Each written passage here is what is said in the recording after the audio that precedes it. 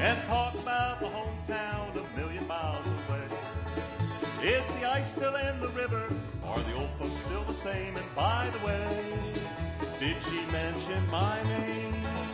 Did she mention my name just in passing? And when the morning came, you remember if she dropped a name or two? Is the home team still on fire? Do they still win all the games? And by the way, did she mention my name?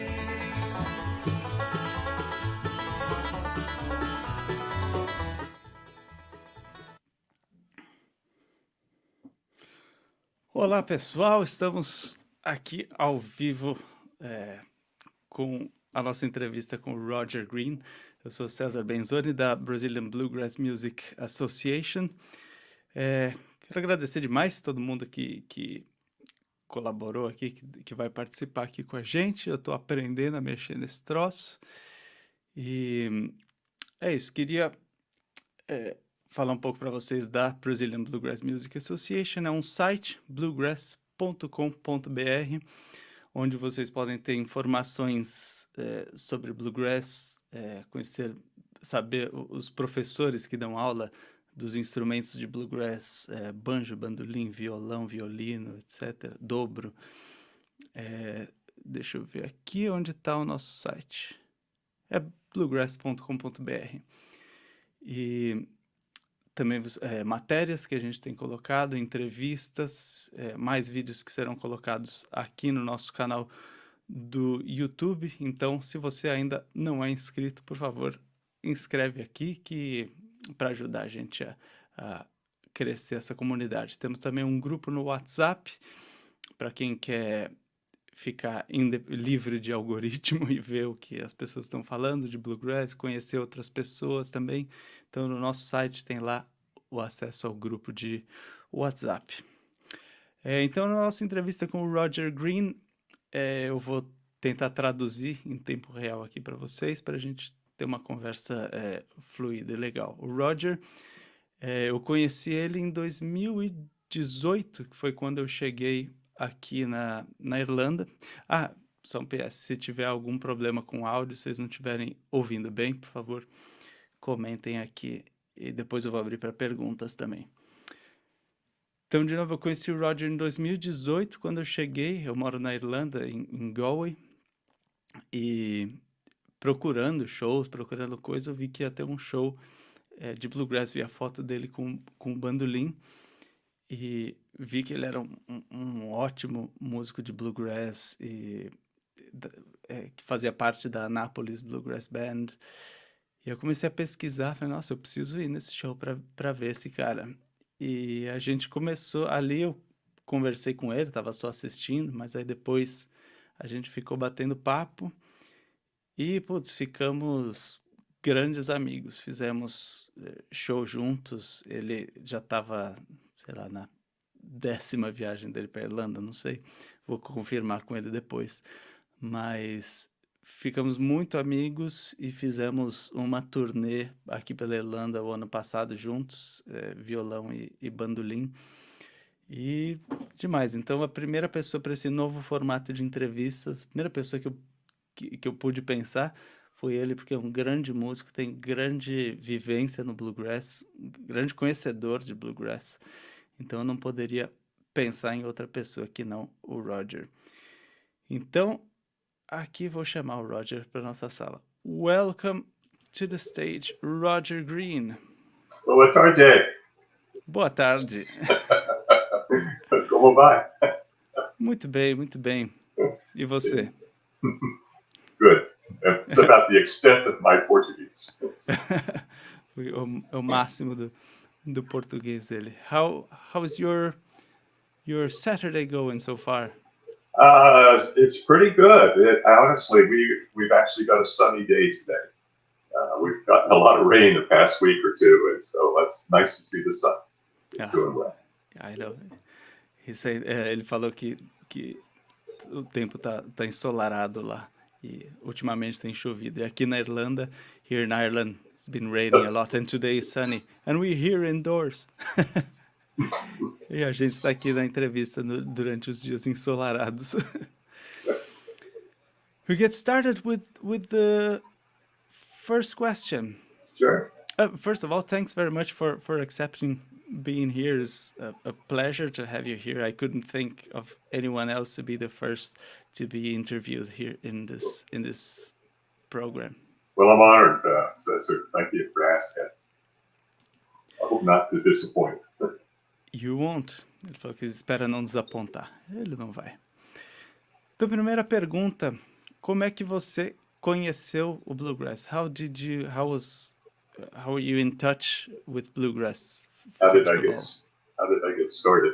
Yeah. Well, that's a good question. I've been doing it for a lot of years, so I'm going to guess that sometime in the 1950s, my brothers were attracted, of course, to Elvis Presley, but they also had some other records that I liked, and that was by a group of the Louvin Brothers. We had several records. Nos anos 50, os irmãos dele eram fãs de Elvis. Did your brothers play as well? Two of them do. I have three brothers. Two play guitar. Ele tem dois irmãos, dois tocam violão. E eles começaram a se interessar também por Louvin Brothers, que é um grupo de violão e bandolim e harmonias vocais. Please go ahead. I have to interrupt you a few times to translate. So I really enjoyed the Louvin Brothers, and then one of my brothers brought home an album by the Stanley Brothers, and I have to admit I didn't much care for that at all after listening to the Louvins. Ele falou que ele não ligou muito para os Stanley Brothers depois dele conhecer os Louvin Brothers, né? Ele não ligou tanto para os Stanley Brothers de começo. And but after a while, the banjo sort of got my attention. I actually went out and I bought my first bluegrass record, like many other bluegrassers, was the Foggy Mountain Banjo album by the Scrubs. Depois de um tempo ele comprou um banjo e comprou seu primeiro disco de bluegrass, que é o Foggy Mountain what? Foggy Mountain Banjo, all instrumentals. Um disco instrumental, Foggy Mountain Banjo, do Flatt & Scruggs. Is it Flatt & Scruggs, is it? Lester Flatt and Earl Scruggs. Yeah. Yes. So I really enjoyed that. As so many other bluegrass people, that album kind of just turned it. A lot of people around bluegrass music. It is, even today, it's almost 70 years later, or at least 60 years later. That album is just a real pleasure to listen to, and it's one that I listen to in the car all the time. Eu falei que um álbum de 60 anos e ainda ele é atual, ainda um disco que você põe no carro para escutar o tempo todo. So once you've purchased your first bluegrass album, and you're hooked. Uma vez que você compra o seu primeiro disco de bluegrass, você tá fisgado. And I eventually came around to liking the Stanley Brothers a lot. After that. Então, depois que ele escutou esse disco, ele voltou para os Stanley Brothers e passou a gostar. How old were you at that time? I would have been 10-ish when I first started listening to bluegrass. 10-ish? Yeah, 10 years old or so. Ele tinha uns 10 anos de idade quando ele começou. Also started playing guitar about that same time. That was a struggle, but my oldest brother, David, he played guitar, and he had one that he wasn't playing anymore, so it got passed down. I started working on that one. Ele começou a aprender violão, e o irmão dele tinha dois, um estava encostado, ele começou a aprender o violão também. And then, it just takes off from there. How many guitars does a guitar player need? Just one more. Quantos violões um violonista precisa? Só mais um. That was good. So your first banjo, when did you get it? It was around that time when you were 10? A little bit later, probably closer to 12, 13, 14, someplace in there. Mm-hmm. Yeah. And you have a picture of that playing that banjo. My birthday is, there it is. My birthday is pretty close to December 25th. And so for my birthday and Christmas present, I got this banjo. All right. Yeah. And life hasn't been the same ever since. Is this the same banjo? That's the same banjo, yes. Yeah. That's sitting in my backyard playing the banjo. Where else are you supposed to do that? There we go. And so you lived, so that was, you were 10 to 12, if you don't mind me asking. What, when was it? Was it the 60s? Well, I would have been 10 in 1958. Yeah. So, 4 years later, in 62, 14, is when the Beverly Hillbillies came on the television. In 60? 1962, I believe it's when the Beverly Hillbillies started. Então, em 62 que veio a série Beverly Hillbillies, que é conhecido como a família Buscapé aí no Brasil. And, just to hear Earl Scruggs on the television was really remarkable. Porque era incrível escutar Earl Scruggs na televisão. And being from this era, you probably lived the whole boom of the bluegrass festivals. Did you went to many? Was it part of how you got started in the bluegrass and getting in the atmosphere? That actually came a little bit later. I did go to a number of bluegrass festivals. I don't do hardly any of them at all today. But at that time, if you met somebody that played bluegrass or liked bluegrass music, they almost automatically became your friend because there weren't that many of us. Falou que naquela época, se você conhecia alguém que tocasse bluegrass, automaticamente vocês já ficavam amigos, porque não tinha muitos. And I guess even nowadays it is a bit like this, isn't it? Here Yes, we are. Could be. Could be. There was a radio station in Wheaton, Maryland, not too terribly far from my house, that played country music. It was WDON. And one of the disc jockeys on that station was Gary Henderson. Now, Gary eventually ended up on WAMU and started the Stained Glass Bluegrass program. Did a lot of bluegrass. But I went to see Gary. I didn't go to see him. I went to a county fair in Montgomery County. And Gary Henderson was there, and he was doing a remote broadcast. And Eu estava falando desse amigo que era um broadcaster, um radialista, e ele foi nesse festival onde esse amigo estava fazendo um programa de rádio ao vivo. Yes, please. So I stopped at the broadcast and I talked to him a little bit. I said to him, why don't you guys play more bluegrass? And Gary went, you like bluegrass? I said, I love bluegrass. So Gary and I became friends right away from that. In 1966, Gary asked me and a friend of mine that also played, and one other fellow, if we wanted to go to Carl Papaney's second festival in Fincastle, Virginia. That was 1966. So 1965 was the first Bluegrass Festival, which was also at Fincastle. 66 was the second, and then it kind of blossomed from there. So the festival started around 1965. So this festival, or you mean the festival? Festivals in general. There really were not any festivals prior to 1965. It was an unheard of thing. Em 65 começaram mais os festivais, que ele comentou que ele foi bastante. Hoje não vai tanto, mas foi um grande momento assim de escutar bluegrass. It was nice to be exposed to that many different bands and different artists as well. Yes. Any particular one that you're a fan of?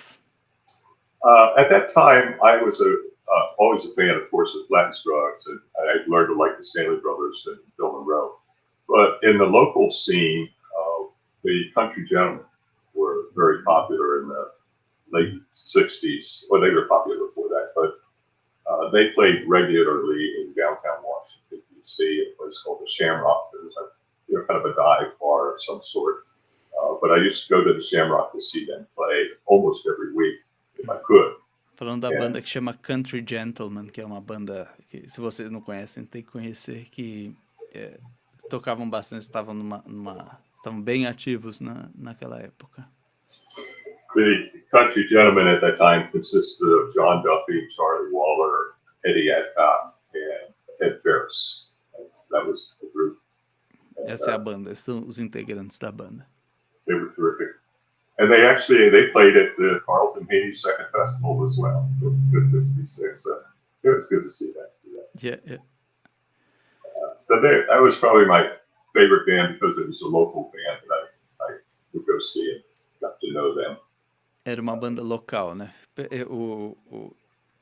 O Roger, ele é de Maryland. Was it in Maryland at the time? Always in Maryland? No. Actually, it's the Shamrock was in Washington, D.C. Where I grew up is Silver Spring, Maryland. And Washington, D.C. is in the shape of a diamond, pretty much. And at the very top of the diamond is Silver Spring, Maryland. So it wasn't terribly far. All right. I answered you in Portuguese. My brain is bugging. That's okay. Ele falou que o lugar onde ele era, em Washington, D.C., em formato de um diamante, e a cidade dele ficava em cima.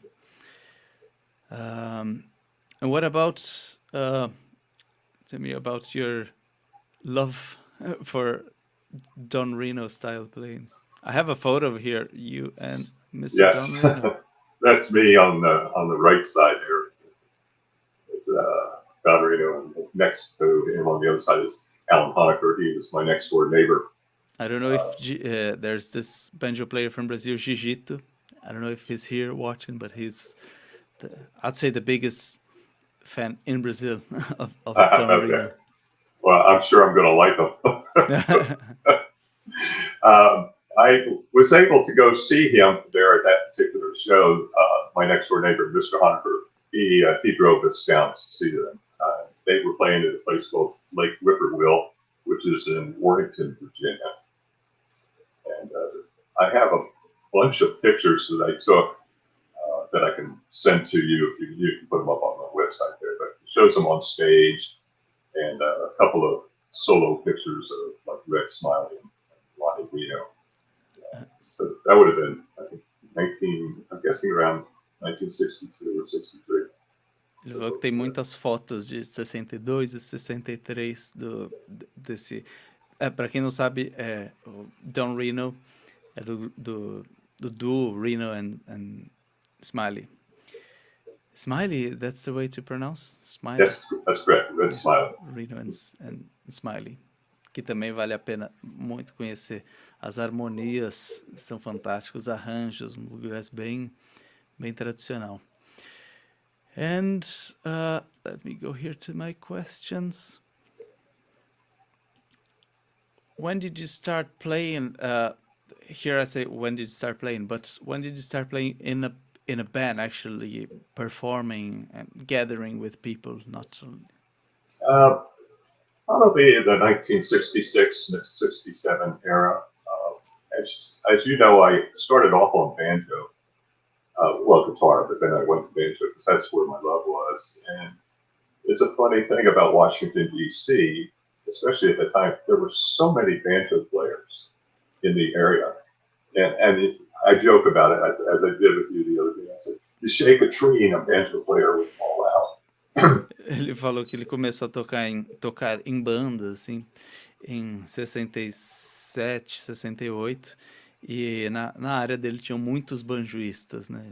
Ele falou que chacoalhava uma árvore e caía banjoísta. So there was one fella that I know, Dave Norman was his name. He was a fine banjo player, very good tenor singer. He encouraged me to switch to mandolin, and I'm glad that I did because that allowed me to play with some bands. You know, if you wanted to play in a band, you needed to play something that not everybody else played. Hum. There weren't that many mandolin players, so I picked up mandolin. Ele falou que um amigo dele encorajou ele a tocar o bandolim, porque não tinham tantos, então ele ia ter mais espaço, mais lugar para tocar. And David also helped me learn how to sing harmony. Up until that time, the only songs I sang was the beat, and you can hear my voice. I don't have a voice for a tenor, that's for sure. So he encouraged me to sing baritone and helped me with that. So that's what I ended up singing most of the time. Esse amigo ensinou ele a cantar também. Ele era tenor e o Roger não tem uma voz de tenor, então ele ajudou ele a cantar harmonia no seu registro vocal de barítono. I have a photo here of you with a mandolin. Oh yeah, Go. that would have been I think 1971 or 72. I was in the Air Force, the United States Air Force. Your history back in 1969 was when I went into the Air Force. We were involved with the Vietnam War. And people were getting drafted, and I got my draft notice, and so I decided instead of getting drafted in the Army, I would join the Air Force because I thought that'd be better for me as learning how to work with computers, which is what I wanted to do. Mm-hmm. One of the places I was stationed at was Montgomery, Alabama, and I was playing mandolin at the time, and I got together with some folks, and we formed a band called ourselves the Ryegrass Medicine Show. And a friend of mine in Washington, D.C., Tom Morgan, had this bluegrass show booked for the Sylvan Theater, which is at the base of the Washington Monument. And I asked him if we could play. He said, sure. So we took the whole band up from Montgomery, Alabama, and played on the stage at the Sylvan Theater. And that's where that picture is. Whereabouts, sorry? It's on the Sylvan Theater. It's on the Washington Mall. By the Washington Monument. There's a foto dessa banda. What was the name of the band? The Ryegrass Medicine Show. Esse era o nome da banda que ele fazia parte nessa época. E ele também era parte da aeronáutica americana. Let me remove this. And that was your first band, was it? No, my first band was in high school. Oh, okay, so you have before. The fella that grew up behind me, my best friend behind me, Dennis Marmer, he played guitar. I was playing banjo. We had a couple other fellows in high school. One played the bass fiddle. That was Mike Lyons, and Mark Albert played mandolin. So we were called the Mink Hollow Boys. What was the name? Mink Hollow Boys. Mink Hollow Boys. Essa é a banda que ele tocava durante a escola, né? And what was this band here? Was it the same? This band is what's known as Destination Bluegrass. This was shortly after I got out of the Air Force, as you can tell by the long hair. Essa foi logo depois que ele saiu. After you left the Air Force? Yes. Pouco depois que ele saiu da aeronáutica, como você pode perceber pelo cabelo, ele falou. Destination Bluegrass was a good band to play in. We had dobro, banjo, mandolin, guitar, and electric bass. Say again the formation? A formação dessa banda? We had, there it is. This is Dave Williams on dobro, and Sam Shepard on bass, singing lead, Joe Cambry on banjo, me on mandolin. Dobro, baixo, banjo, bandolim. And Carter Ayers was playing guitar. Violão. In this picture here, that fiddle player is the banjo player's brother. His name is Bob Tangria. And I don't know if you ever saw the original Rocky Balboa movie. Rocky Balboa, yeah. Hockey. Yeah. Bob Tangria was actually in the opening credits of that movie. He was singing in an acapella group. Acapella group. Who was this in the band? The guitar player? The fiddle player. Então o violinista estava no filme Rocky Balboa, nos créditos. que ele aparece numa cena em Acapulco cantando. Sing in Acapulco, you mean? An a cappella group. Na capela. Yeah, a Acapulco. cappella group. A capela. A capela, não Acapulco. Just a vocal group, no instruments. They have this one with what's the...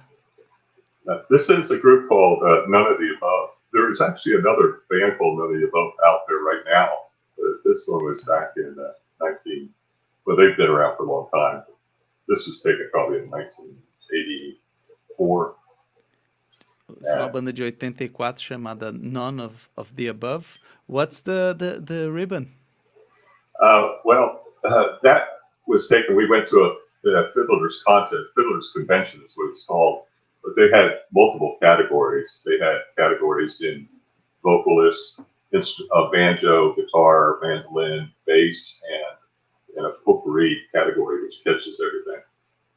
This group that right here, None of the Above, as you see it, we took first place in vocal, banjo, bass, and dobro. I got beat out on the mandolin, but that's okay. So they gave me this ribbon to keep because everybody else got their own ribbons. So. Okay. Essa fita é de uma convenção de violinistas que eles participaram. Let me see what else. This is Richie Reunion. Richie Reunion. This one band formed out of None of the Above, and this is Fred Travers on the guitar and Joe Tangria on banjo. Now Joe was playing with me in the previous band Destination Bluegrass, and also with None of the Above. Fred is a dobro player with the Seldom Seen today, and if you look back at the None of the Above picture, he's playing dobro. But for a Richie Reunion, I asked him if he would switch to guitar for a while. Então, o guitarrista do Richie Reunion. Richie Reunion era o dobroísta da banda anterior. But Fred's still with the Seldom Seen today, so he's been with them for... Is he with the Seldom Seen? Yes. Yeah, he's been with them for 25, 26 years, I guess. Tocou com a banda Seldom Seen por 20 e tantos anos. He took over after Mike Aldridge left the Seldom Seen. Ele entrou no lugar do Mike Eldridge. E também Seldom Seen, eu vou escrever aqui para vocês. Just a second. Seldom Seen. Add banner. Se vocês... Is the spell right? It should be S-E-L. S-E-L. Seldom. Oh, okay. And I think scene is S-C-E-A. Not 100% sure of that. Alguma coisa assim. Essa banda Seldom Seen vale a pena vocês conhecerem, que é uma banda fantástica também de bluegrass. Are they from the 70s? They're still in existence. Yeah, eles ainda existem, né? Uma banda que ainda está na atividade, trocando de integrantes. Mas, did they start around the early 70s? Yes. Or late? 72, around 72. Perto de 72 eles começaram e é uma das mais antigas em atividade até hoje. Let me see what we got else in the photos here. This is Ray Green and Travers. Fred Travers on dobro, Roger Green on guitar, and Tom Gray on bass. The mandolin player in this group didn't play with us all the time. That was Ron Pennington. And for your information, Spencer, everybody's information, Ron plays a Gilchrist mandolin. O bandolinista toca bandolim que chama a marca Gilchrist. Eu acho que... Is it Australian? Yeah, the fella Gilchrist is from Australia, but I believe he moved his whole operation to Nashville. All right. Essa marca de bandolim, ele é australiano, Gilchrist, mas parece que mudou toda a produção para os Estados Unidos, que é um bandolim fantástico, caríssimo e incrível. This band was very interesting to me. It's one of the most exciting groups I've ever played with. And, Ele falou que foi uma das bandas mais legais que ele já participou. we're all basically bluegrass people, almost exclusively, but this band allowed us to play things that we weren't allowed to do in a bluegrass band. I can't call it jazz because it certainly wasn't jazz, but we would do things from show tunes from movies. We just did songs that we liked. Eles falaram que eles todos do bluegrass, mas eles não faziam só bluegrass. Não pode chamar de jazz porque não era tão jazzístico, mas eles faziam coisas que eles gostaram, sem precisar ficar na bolha, né? I don't know if you're capable of playing any of the songs that I sent you for this or not. There was two of them that was done by Greg Green and Travers. One of them is called Cabaret, which is the movie from a movie Cabaret. The other one is Sunny Side of the Street, which Tommy sings, but it just worked out really nice. Let me see. I'll see if I can find it back again because it just became a mess trying to organize it. I hear you. Let me see what else. E quem quiser fazer pergunta no chat pode deixar, já vi que tem pergunta ali. Eu vou fazer daqui a pouco. Aliás, quem fez essa pergunta, querido José Carlos Bezerra, você se refere à formação de bandas de bluegrass ou à formação da banda dele? Fica a pergunta para quem perguntou e já a gente responde. Next picture. This is a group called Off Track, and there was like pandemic time. Yes, I see by your ponytail. Yeah, yes, that's exactly right. What's the name of the band? Off Track. Essa é uma banda chamada Off Track. Like the railroad came off track. Yeah. Tipo trem que saiu do trilho. Eu reconheci porque na época da pandemia ele tinha um rabinho de cavalo igual eu tinha também. So Off Track was a group that I named that I used for a group when I had gigs that couldn't pay for the entire Annapolis Bluegrass Coalition. This was just a smaller group. Mm-hmm. It was also a group that I could do ballad style songs or folk songs, but we'd also did bluegrass too. On mandolin, in this picture is Norman Wright and Jim Duvall on bass. Jim was the bass player with the Annapolis Bluegrass. Norman, yes, and Norman Wright on mandolin here played with several well-known bands. He was with the Bluegrass Cardinals for a long time. He also played with the Country Gentlemen for a while with Charlie Waller. And he was also with a group called Legends of the Potomac, which consisted of Tommy Gray and Mike Aldridge and a couple other folks. So, ele falou que essa era uma formação mais enxuta da Annapolis Bluegrass Coalition, que é a banda principal que ele fez parte, e a gente já vai falar dela. E putz, os músicos também são lendários, tocaram com grandes nomes do bluegrass. E eu vejo que muitos músicos instrumentistas do bluegrass, eles passam por diversas bandas, tocam com diversos artistas. É difícil uma pessoa começar e terminar no mesmo. I'm just saying that quite often in bluegrass music you see musicians go in different bands. It's hard someone that is only from that band. Like there is that exchange of experience and bands with makes you a better musician, I think, and person as well, because you know different experiences, different ways of playing. Yes. It's also makes it tough for a band leader to keep a band together too.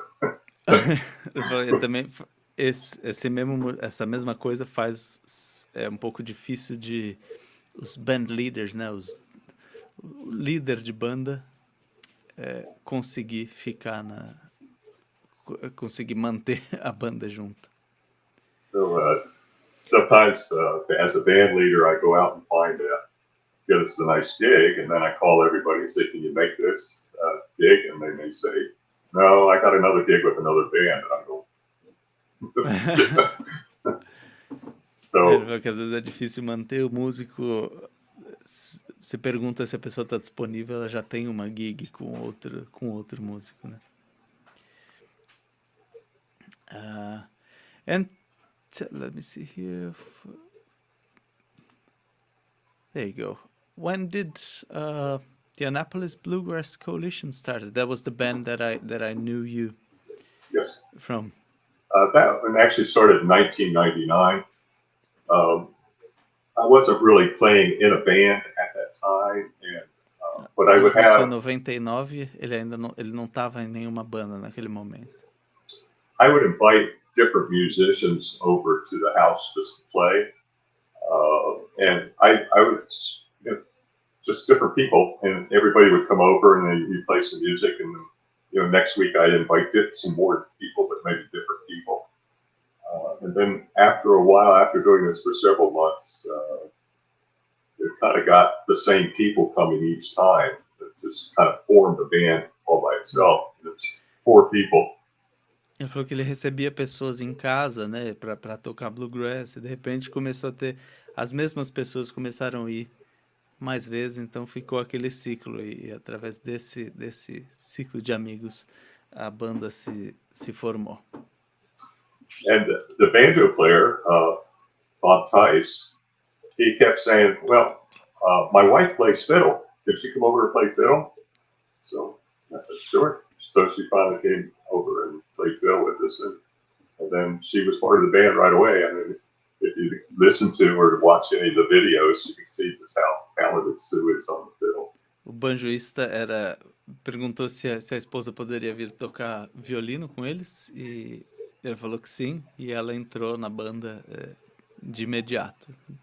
I'm gonna play a video, one of the ones you sent me. Esse é um vídeo que ele me mandou, que é de um show inteiro da Annapolis Bluegrass Band. Eu vou tocar a primeira música, que é... is it Sunny Side of Life, the first one? Yes. Sunny Side of Life, por Annapolis Bluegrass Coalition.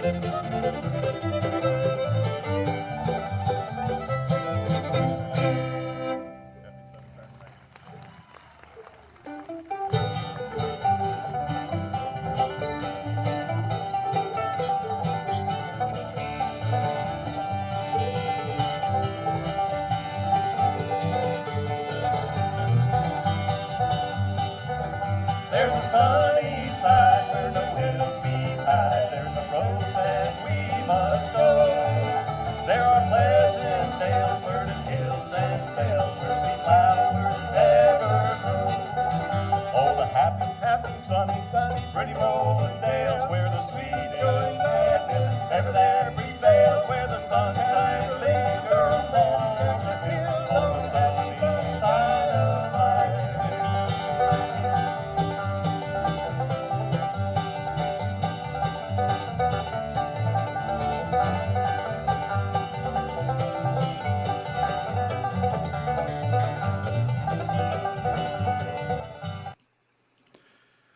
Gorgeous. Yeah. Lovely Here you music. are.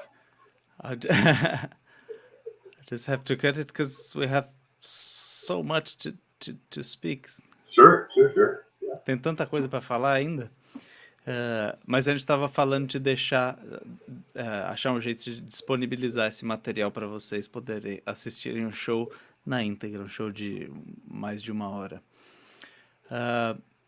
So then, with the Annapolis Bluegrass Coalition, you still play together, or it lasted like a good few years. You came to, you toured the States, you toured Ireland as well. Yes. The band did stay together with that group there for about 15 to 16 years. And 15 then, por 16 anos a banda ficou junta.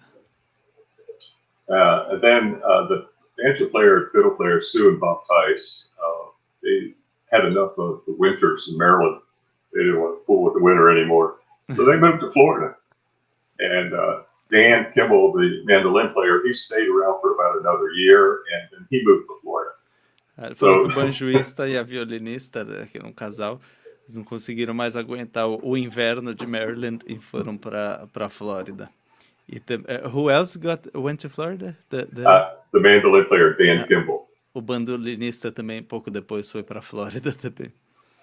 And they play together. Eles, like half band in Maryland, half the band. Yes, so eles tocam juntos na Flórida. I had to find replacement musicians, and I did. And but then again, that was the musicians that I were using were playing in other groups too. So kind of struggled around with some of the shows up until COVID, up until the virus, and then after the virus was finished and we could get out and play again, I just kind of decided that it was getting to be more work than it was fun. Because I could find a group, I could find a band, or find a gig, but I couldn't find a band. And so the work to fun ratio is kind of out of whack. Ele falou que depois, excuse me, depois da pandemia começou a ficar difícil também a achar músicos, porque ele conseguia achar os shows, porque o Roger é um ótimo vendedor de shows. You're a great band leader and show seller, mas não conseguia achar músicos para fazer essas gigs, então acabou mas ele acabou parando de marcar shows. And with the Annapolis Bluegrass Coalitions, you played songs that you wrote as well. When did you start writing your own songs? I started writing songs when I was with WRYR. I don't know why. Quando ele estava nessa banda WRYR, ele começou a escrever músicas. I don't remember why. I just started writing them, and I had a stack of songs that I had written and not really had an opportunity to play them with anybody. When Annapolis Bluegrass got together, I told them that. I said, basically, I have a bunch of songs. If you'd like to hear them, maybe give some of them a try. And we were doing quite a few of them. Our very first CD, which is called Foolish Pleasure, it has 11 songs on it, and I wrote 9 of those. Ele falou que quando ele estava com a Annapolis Bluegrass Coalition, ele falou, eu componho algumas músicas. E do primeiro álbum, what was the name of the first album? It was called Foolish Pleasure. Foolish Pleasure.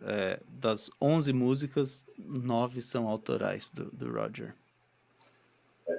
And it was a fun project. I still like the music, so I go back and listen to it occasionally myself. Yeah, it's pretty good. Would you give us the honor of playing one of your songs, "The Market's Down Again"? You mean live? Live? Quem sabe faz ao vivo, meu. Não tem a referência. Yes, we can try that. Eu adoro essa música. If you could tell the story as well, it's beautiful. Okay. What's on the other ones? Too many guitars, says it. Muitos violões. Você, se não se inscreveu no canal, se inscreva aqui no nosso canal do YouTube. Se você está assistindo agora ao vivo ou assistindo no replay, esse é um formato que pretendo fazer bastante entrevista desse jeito. E se você quiser contribuir ainda mais, é só ir no buymeacoffee.com/bluegrassbr e pagar-nos um cafezinho para ajudar nas despesas do site. Se não quiser contribuir aqui, de novo, só se inscrever no canal. Well said. The stage is yours. Would you like to know a little bit of the story behind this? Oh, yeah, absolutely. Okay. Um pouco da Well, história da música. They say when you write a song, it's smart to write about something that you know. When I first got married to my lovely wife, Deborah, we lived in Deal Beach in southern Anne Arundel County. We're in Anne Arundel County today. But southern Anne Arundel County is a very rural county with lots of farmland. Ele falou que sempre é melhor você escrever uma música sobre o que você sabe. E quando ele e a esposa se casaram, eles foram para essa área bastante rural. So the biggest cash crop in the state of Maryland back in the 90s, way before it, was tobacco. You couldn't drive anywhere in Anne Arundel County or Charles County or Calvert County and not see tobacco fields. There were just acres and acres of it. Well, today, there's not many tobacco fields at all. Uma das principais fontes de renda dessa área era o tabaco, né? Plantar tabaco. Se você dirigia, você via as plantações de tabaco. So, talking about the part of the whole tobacco life cycle was taking the tobacco to market in Upper Marlboro, Maryland, and they would have tobacco auctions, and literally they would walk down these aisles and aisles of pallets of tobacco, and they'd make a bid on it. They'd sell the tobacco. But that doesn't happen anymore today. Tinha umas feiras de tabaco e eles levavam para fazer leilões. So I wrote this song for the tobacco farmer. So,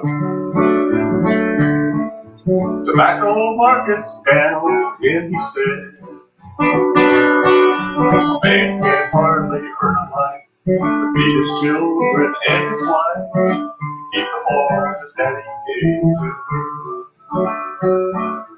Working in the fields is hard, he said.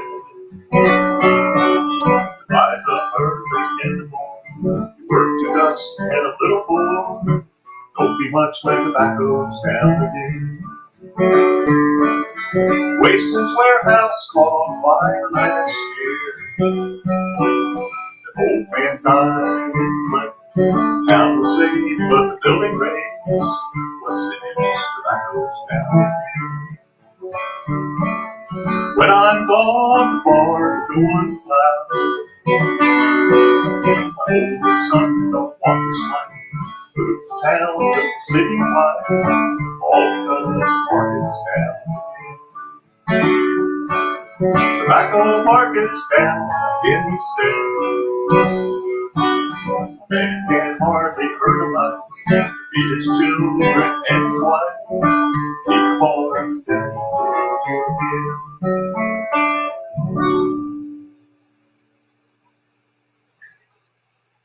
Nice.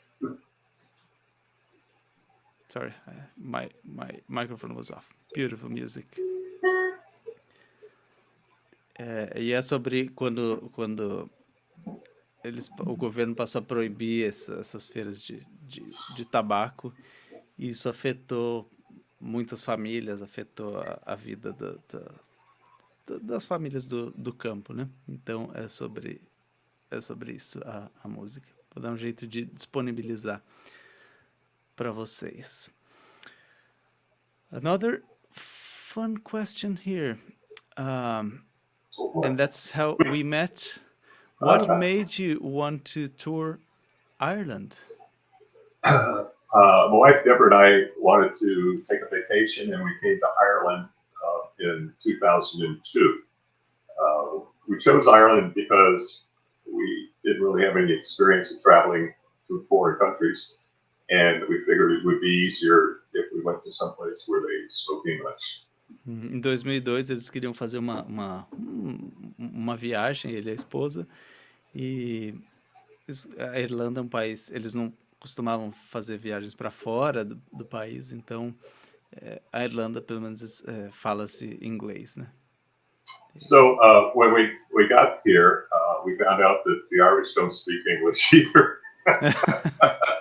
No, I'm only kidding. It's a little bit different than what we know. While we were here, I actually went to a banjo festival in Longford called the Johnny Keenan Banjo Festival. Mm-hmm. And while I was there, I met Neil Toner, who is a well-known Irish bluegrasser. And I actually was able to get up on stage and play with him because I had taken my mandolin with me to Ireland. Mm-hmm.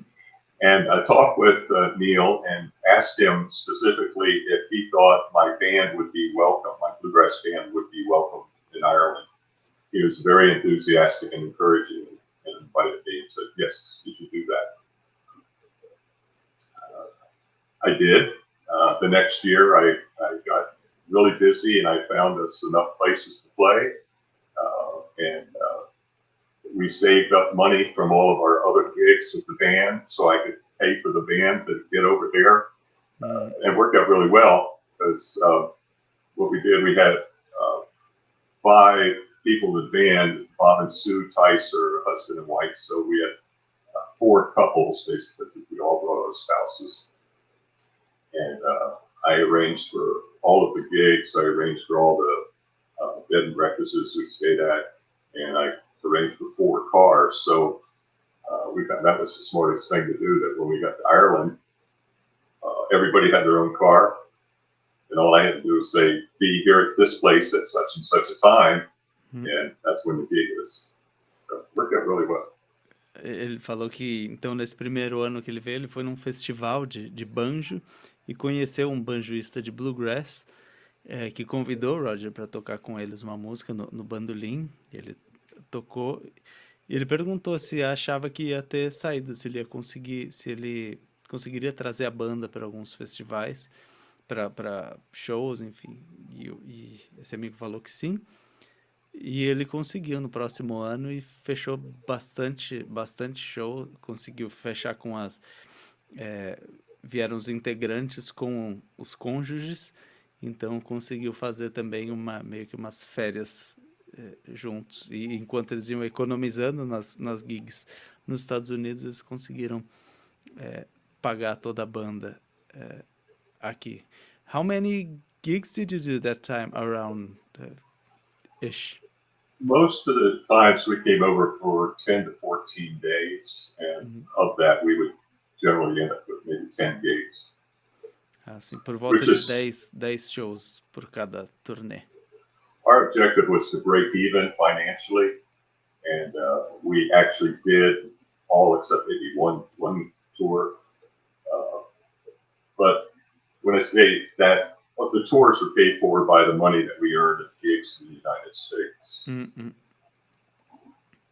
Então, eles queriam, pelo menos, não ter um break-even, não sei, break-even em português. Ficar elas por elas, porque eles estavam pagando esses shows, a viagem, com o que eles fizeram nos Estados Unidos.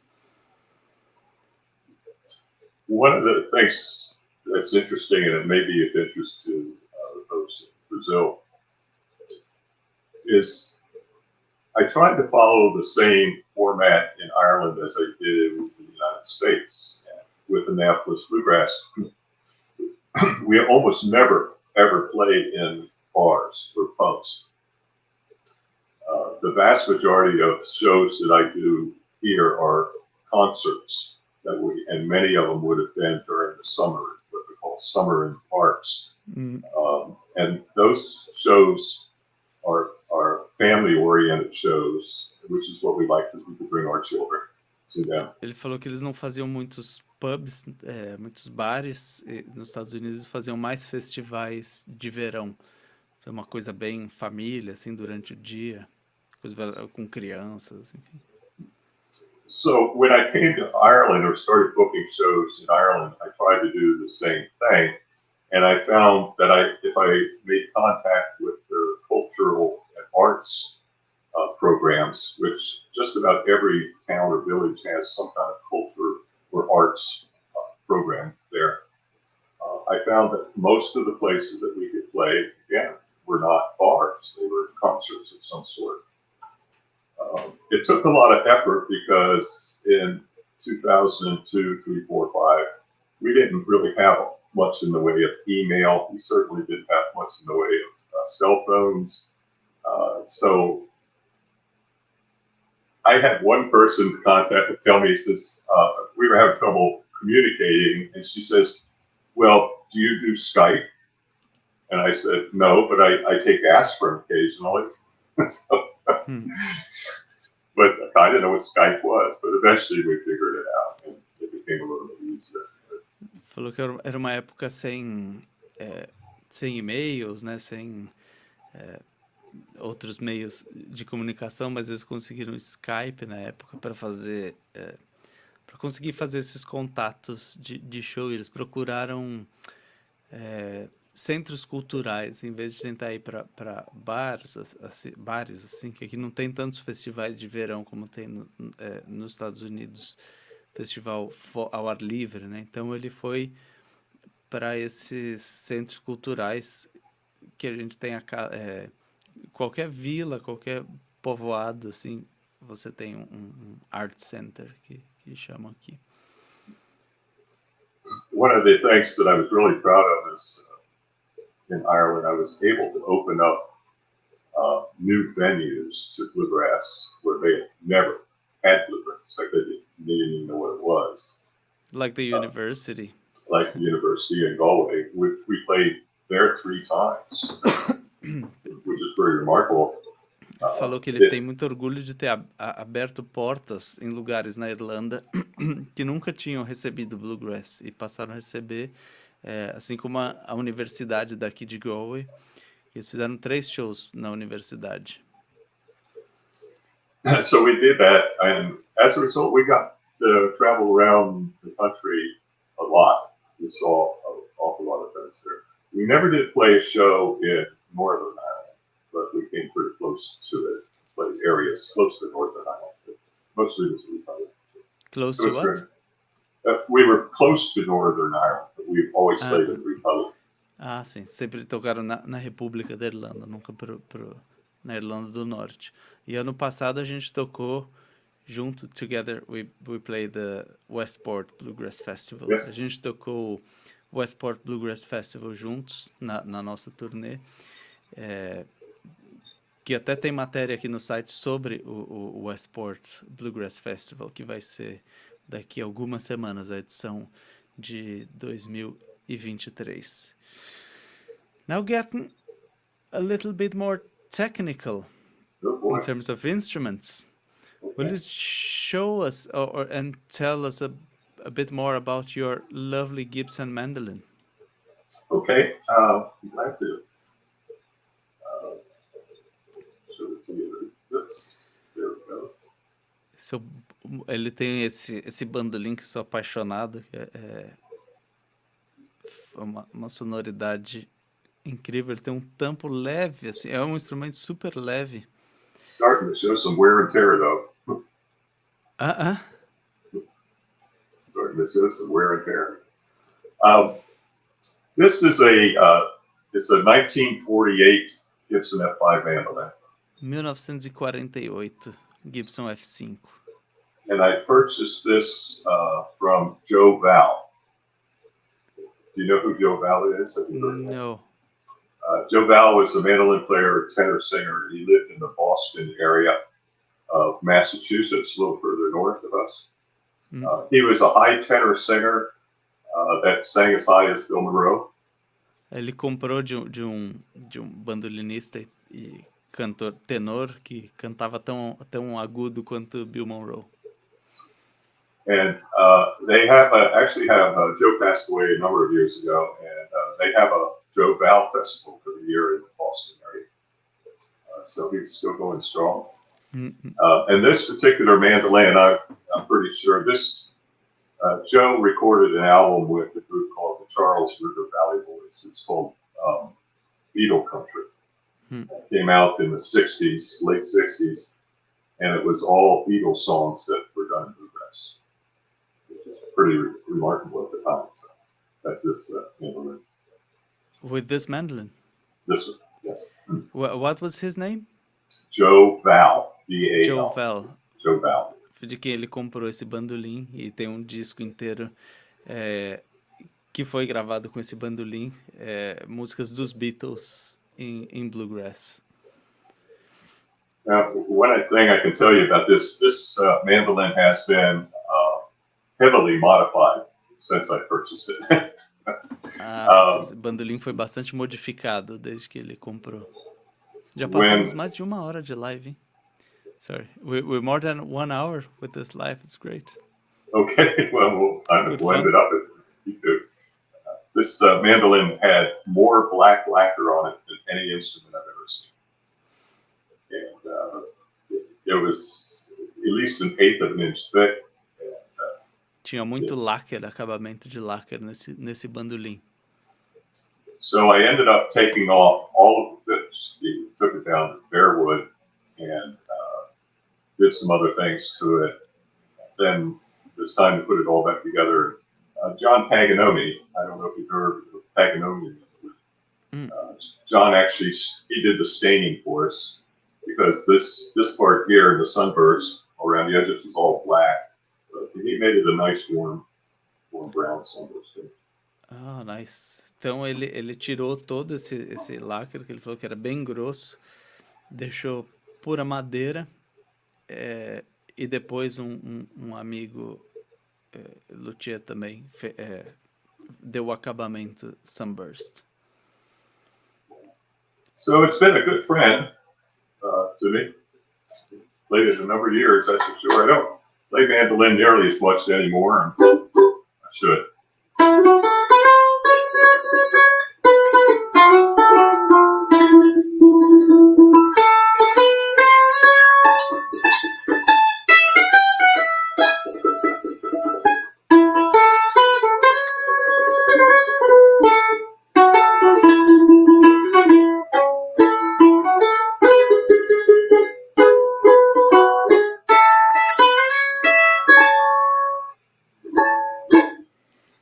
Beautiful sounding instrument.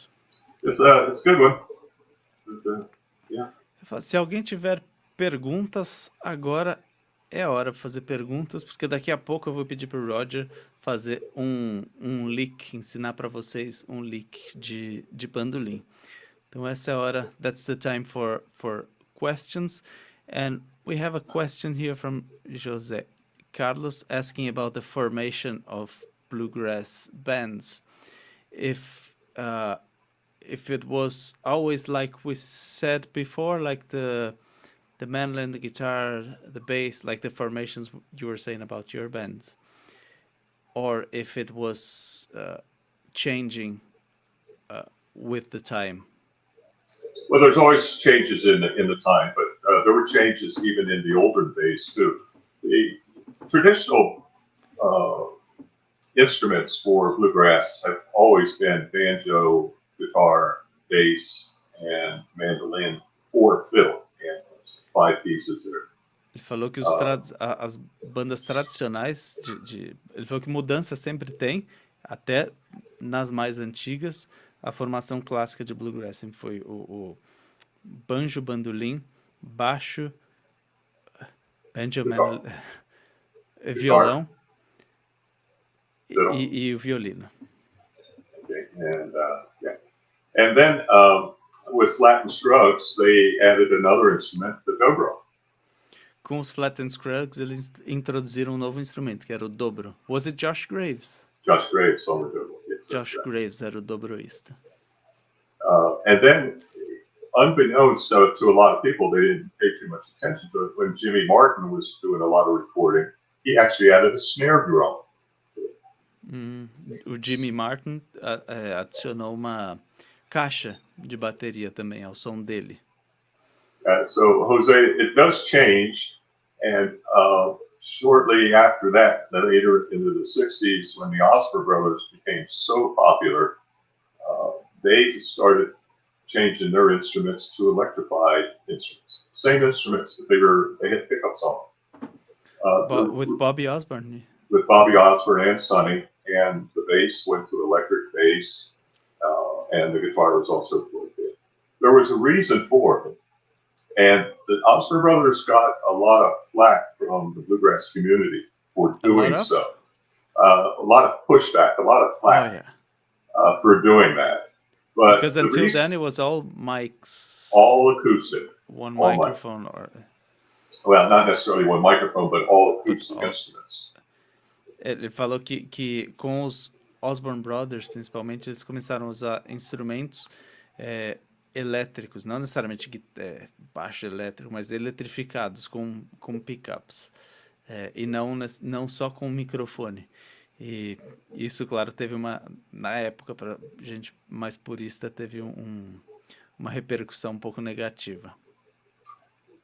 The reason that they did that was because after they recorded Rocky Top and it became so popular, they were then asked to play venues and shows with a lot of country artists.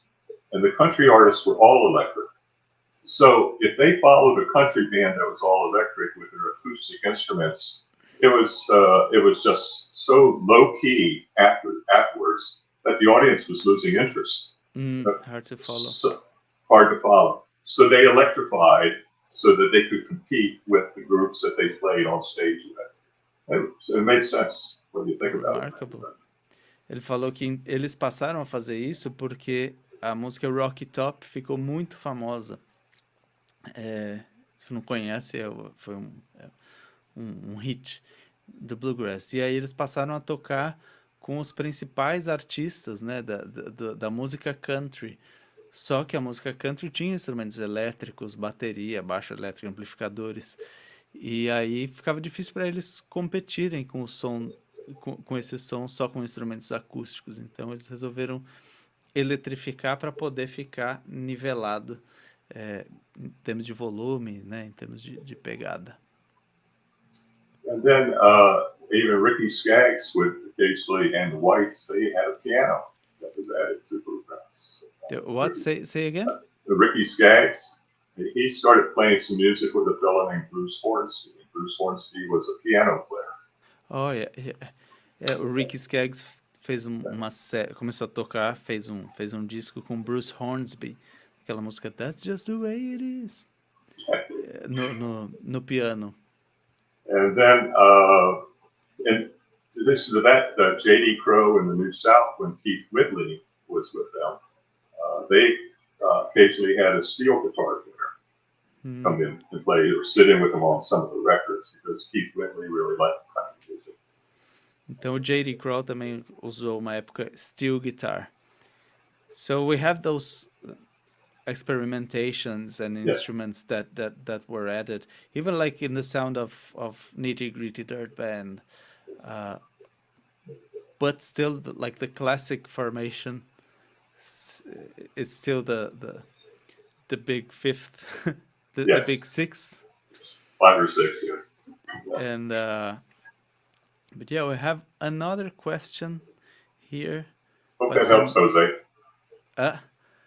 That's my father-in-law. Oh. And do you know this person? Oh, I know. Então a Mila Maia, minha digníssima esposa, pergunta se existem linguagens e estilos regionais diferentes no bluegrass ou é igual em todo lugar. So, is there different vocabulary and accents in bluegrass in different regions, or it's somehow unified everywhere? Like bluegrass from Tennessee different from Chicago, different from the West.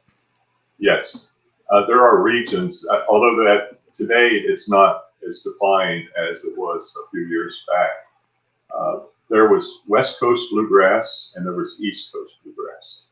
And they were definido, mas tinha bluegrass do East Coast e do West Coast. And they were different. They were truly different. When I say East Coast, that also would include the South, from Kentucky, and Virginia, Tennessee, Alabama. West Coast was primarily in California, Oregon, Washington State, those areas. And if you listen to the bands that were located in the different areas, you could tell, for instance, Country Gazette was a California-based group. And the instrumentation that they played was basically the same, but the song choices that they made were completely different. Se você escutar as bandas das regiões diferentes, você vai perceber que o jeito de tocar e a escolha de músicas são diferentes. Essa banda Country Gazette, que era from California? California. A escolha de instrumentos era a mesma, mas a escolha de repertório era outra. And there was other groups that weren't really playing bluegrass, but there was like Brothers out in the West. Tony Rice with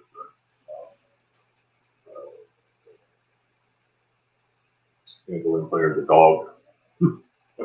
David Grisman, they were out in the West too. And what he was playing with David Grisman out West was completely different than what they played with J.D. Crowe. O que o Tony Rice estava tocando com o David Grisman no Oeste era completamente diferente do que ele tocava com o J.D. Crowe. Even locally around here in my area, Washington, D.C. was a huge bluegrass area. But Baltimore, Maryland, 30 miles away from Washington, D.C., also had its own bluegrass music. And they didn't interact very much. Originally, that was because the roads were not all that great. It would take a long time to go from one city to the other, even though 30 miles is not far. But today, it's only 30 minutes or less if you're speeding. Ele falou que da região dele para Baltimore também tinha uma outra cena. Elas não eram cenas que não se comunicavam muito porque as estradas eram ruins, então não tinha muita interação entre eles, apesar de estarem perto. You can hear the difference in the music between the two. For instance, in Baltimore, Del McCoury used to play in Baltimore a lot. Del McCoury tocava em Baltimore. And Buzz Busby was also up in the Baltimore area a lot. And their music was much more traditional sounding than a lot of the music in Washington, D.C. In Washington, D.C., you had the Country Gentlemen, which was a breakthrough band doing different material and playing it differently. And you also had the Seldom Scene, which is really far out of the mainstream of traditional bluegrass. Don't misunderstand. They played bluegrass, but their style was different. And they're 30 miles away in Baltimore, and the two different styles were significantly different. So, em Baltimore, eles estavam tocando de um jeito mais tradicional, enquanto em Washington, D.C., você tinha bandas também faziam bluegrass, mas de um jeito mais progressivo, como Seldom Scene. What was the first band you mentioned in Washington, D.C.? Country Gentlemen. Country Gentlemen. Country Gentlemen. And the Seldom Scene. Yeah, I think. I hope that helps, Mila.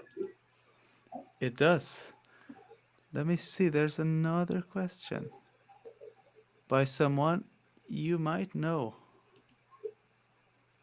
Oh, aloha. Aloha. That's Samantha. Samantha is my daughter. Essa é filha do Roger, que mora no Havaí. Aloha. Então, de todas as músicas de bluegrass que você escreveu, qual delas você tem mais orgulho? E quando você escreveu? I don't have to translate that for you. I can read that. Of all the songs I've written, which one is the most proud of? Well, that's a hard thing for me to answer directly, Samantha, because the ones that I like the most are ones that I can't sing. They sound better to me when somebody else sings them. Free Me at Last from the Blues is one of those. I really like a tune that I wrote called Colton Wilder. And A Foolish Pleasure. I like all of those songs. Ele falou que as músicas que ele mais gosta que ele escreveu não são as que são músicas que ele não consegue cantar, mas ele prefere na voz de outras pessoas. What was the songs they can get the names in, so yeah, one of them was Colton Wilder, It's a story song, and I have no idea where the inspiration came from. I just started writing this song, and I didn't even know what to call it. I mean, I had a character in it. I didn't know what to call him, so I literally opened up. Do you know what the white pages or yellow phone book is? Have you ever heard of that? I don't know. Yeah. Well, it's a book, and it has all the listings of people's names and their phone numbers. A lista telefônica. So they don't use that today, but they used to deliver it to your houses. It was called the white pages, and I needed the name, so I opened it up and went like this, and I picked the name. It was called Colton Wilder. So that became the name of the song. Ele precisava de um nome, ele pegou a lista telefônica, olhou o nome e esse ficou o nome da música. And can people hear them somewhere? Do you have it recorded online or? Most of those are probably someplace on YouTube. Yeah. I can put out the entire CD out there. In fact, I'll do that later today. Yeah, that's perfect. Even I can I'll put an article about this interview on the website. And then if you have links, I can add to that and add to people that are watching this in the replay. Então, eu vou fazer um artigo no site e as músicas que a gente está falando aqui, os links das músicas dele, eu vou colocar nesse artigo. Então, fique ligado no nosso site, bluegrass.com.br. Hope that answers you, Samantha. Looking forward to meet you someday, Samantha. Yeah. Maybe in Portugal. Yeah. That would be fun. Well,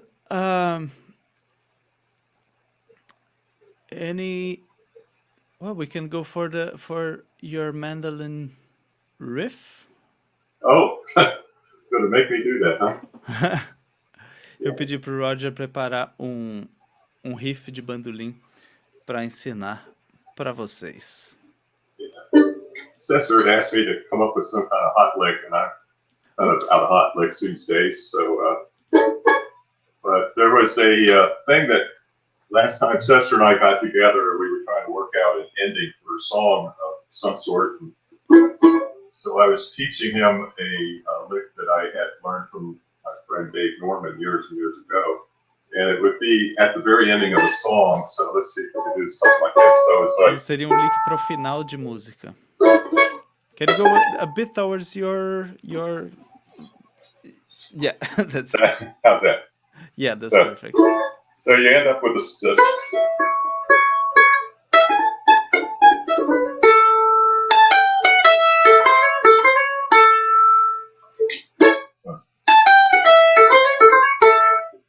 That would be the end of the song, and you can also do the twin part to it.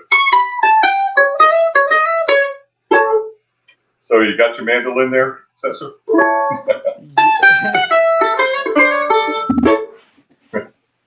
I'll grab it.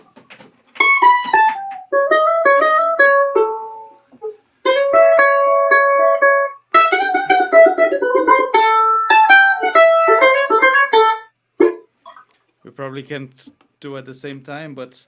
We'll be so far out of sync, it'd be crazy. Então é um riff de final de música que você pode fazer com twin mandolins, né? Então quando um faz a frase que ele mostrou. Good. One more time.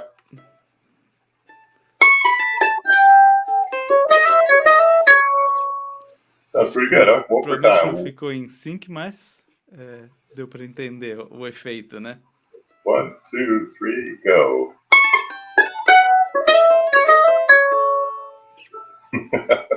So that's sort of what it'll sound like if you give it a shot there. É como vai soar se vocês tentarem. É um riff para acabar a música. Looks like we have one more question here. Let me see. Oh, just Samantha saying that will be wonderful. Yeah, and any advice for people that are not that are wanting to learn bluegrass and are not like people from Brazil that are not like in the heart of where the bluegrass music is happening, like how to look for sources, any tip, any advice, any final words? If you want to learn how to play any kind of music, I recommend highly that you listen to a lot of music. Today, it's so much easier with the internet. There's so much bluegrass on the internet, as well as folk, rock, whatever kind of music that you like. The more you listen, the more you'll be able to play. And you'll be influenced by the people that you listen to. But when you listen to enough people, then you're going to be a very diverse and very much more accomplished musician. So that you have to. There was a fella that I met once. I'll just translate this one before my mind leaves me. Ele falou: você quer aprender bluegrass ou um gênero musical, alguma coisa? A coisa é você escutar bastante esse estilo, escutar a exaustão, escutar players, músicos, artistas diferentes para pegar as características, as diferenças de uma pessoa para outra e isso ir somando no seu arsenal de referências. Isso vai ajudar bastante, né, em criar repertório de sonoridades. This one fella that I was trying to learn how to flat pick guitar, and a lot of guitar players like to play fiddle tunes on the guitar. It's a lot of fun. He said the best way to learn how to do that is by whistling the tune. He said if you can't whistle the tune, then you don't know how the melody goes, and it's going to be a lot harder to learn how to play the song. It's a good one. Foi que um amigo, ele quando estava aprendendo o violão, né, flat picking, esse amigo falou para aprender tunes, uma coisa, o ideal é você conseguir assobiar a tune. Você conseguindo assobiar significa que ela está na sua cabeça, ela está na sua memória. Enquanto se você já for para o instrumento e tentar tocar sem ter a tune na cabeça, vai ser muito mais difícil. And I experienced that just today, actually. You learned to whistle. Just not having, trying to learn the tune before having it In your on my head. head. So then I just spend a bit of time. It's such a normal tune in blue, such a common tune in bluegrass that is Ojo Clark. Oh yeah. But I never played it. Just I don't know why. I just never, it never came to me. So I said, yeah, I should learn this song. And I was trying to play, and I didn't have it on my mind. I only had like sung versions of it and not the actual tune.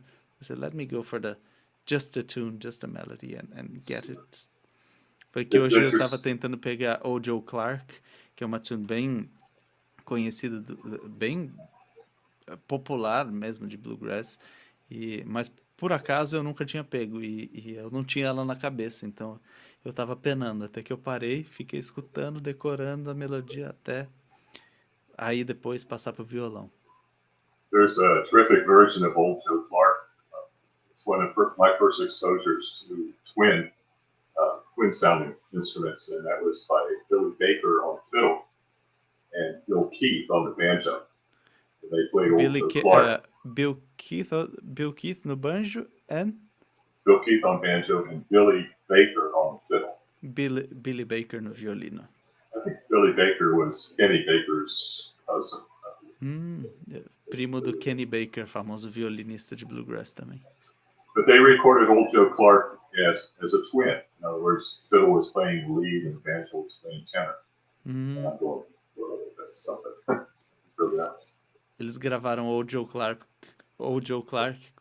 em harmonia, né? Eles chamam de twin, quando um faz a melodia e o outro faz uma terça acima, uma quinta abaixo, uma coisa assim, criando uma harmonia na tune. Well, Roger, I think that's a lot covered there. Thank you very much for having me. It's been fun. It's always good to talk with you, Cesar. Yeah, we were talking just yesterday, and we could be still talking from yesterday.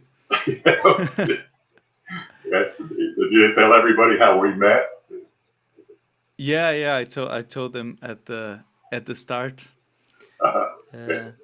and yeah, the rest is history. Here we are today. Yeah.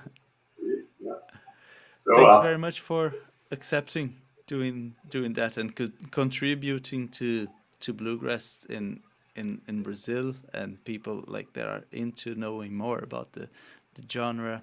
Thanks very much. That's much appreciated. You're welcome. We'll see you around next time, okay? We'll see you around, and I'll say goodbye to. Let me see if there's anything else here. No. So I'll say goodbye to the people here. So what is that? Ciao? Ciao. We don't have ciao yet, but we'll talk soon, Roger. Okay, I'll be bye-bye. right with you. Take care. Então, obrigado de novo a todos vocês que estiveram aqui com a gente e que está assistindo no replay também. O Zé Carlos, obrigado por comparecer aqui nessa live com o Roger Green. Então, se quiserem saber mais sobre o que é a música Bluegrass, acesse bluegrass.com.br. Quiser contribuir com a gente, buy me a coffee, bluegrassbr. Tudo isso você vai achar no nosso site. E se não quiser contribuir assim, é só se inscrever no nosso canal, já ajuda bastante a promover esse conteúdo para mais pessoas, para que a gente consiga fazer. Quanto mais gente vê, mais conteúdo a gente se anima em gerar também. Saber que o pessoal está vendo, está curtindo, então esse é um grande modo de ajudar. E esse vídeo vai ficar aqui no nosso canal. Obrigado novamente. Thanks very much, Roger Green, for being with us. Obrigado, até a próxima. Tchau, tchau.